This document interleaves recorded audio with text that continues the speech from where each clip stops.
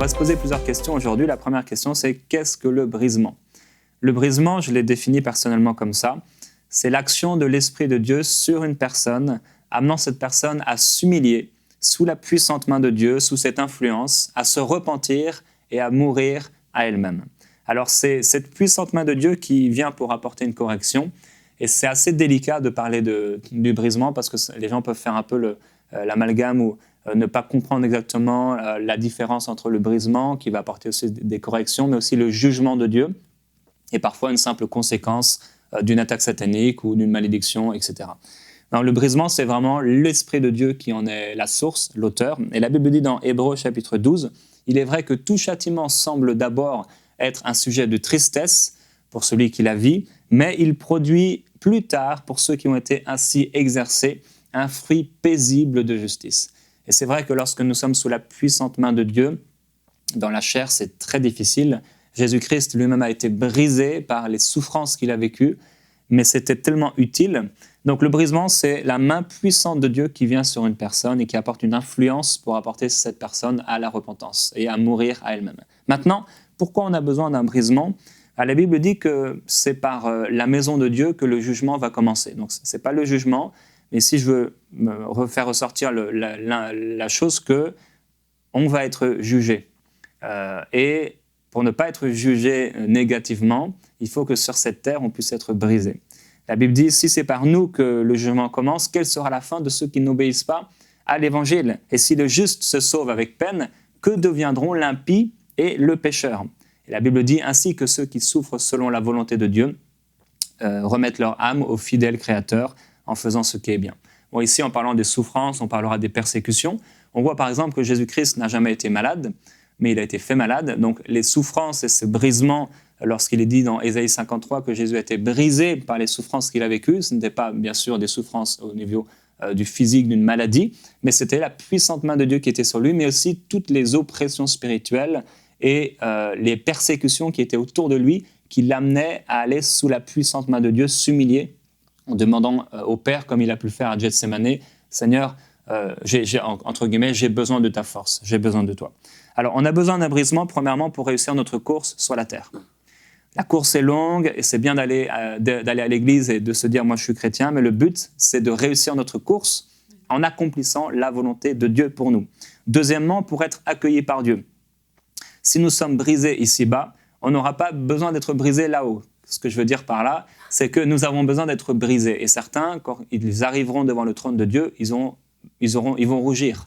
Et la Bible dit que plusieurs vont dire « Seigneur, Seigneur, n'avons-nous pas en ton nom fait ceci et fait cela ?» Nous avons besoin d'être brisés. Et d'ailleurs, on l'entendra tout à l'heure dans un témoignage.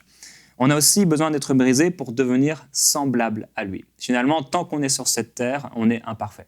Et c'est parce que nous sommes imparfaits qu'on a besoin de ce brisement si nécessaire pour nous. C'est finalement, au bout d'un moment, Christ qui doit vivre en nous et nous, on ne doit plus être là.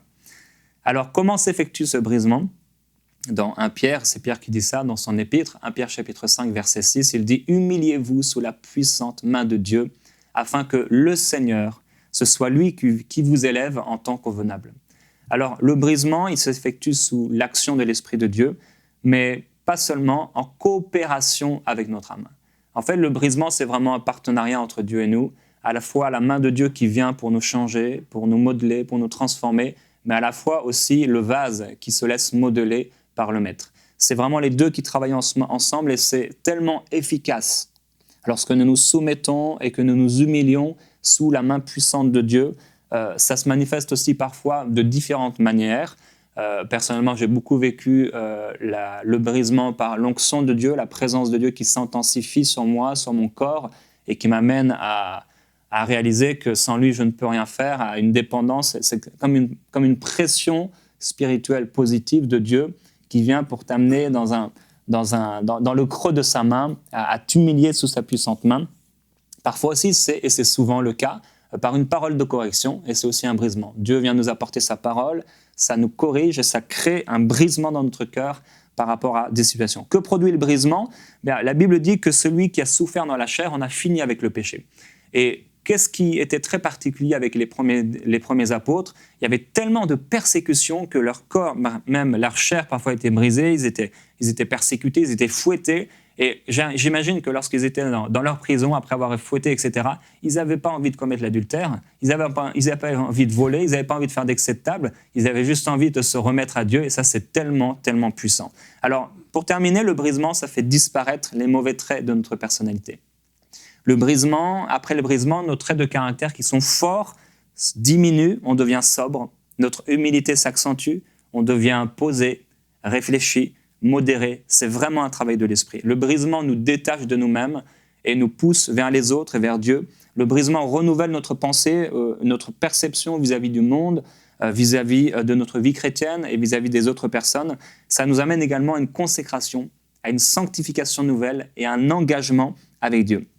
Finalement, le brisement nous amène à nous soumettre entièrement à la volonté de Dieu jusqu'à un degré total de dépendance. Alors je prie qu'au nom de Jésus-Christ, nous puissions ensemble passer par ce brisement si nécessaire à une vie de disciple.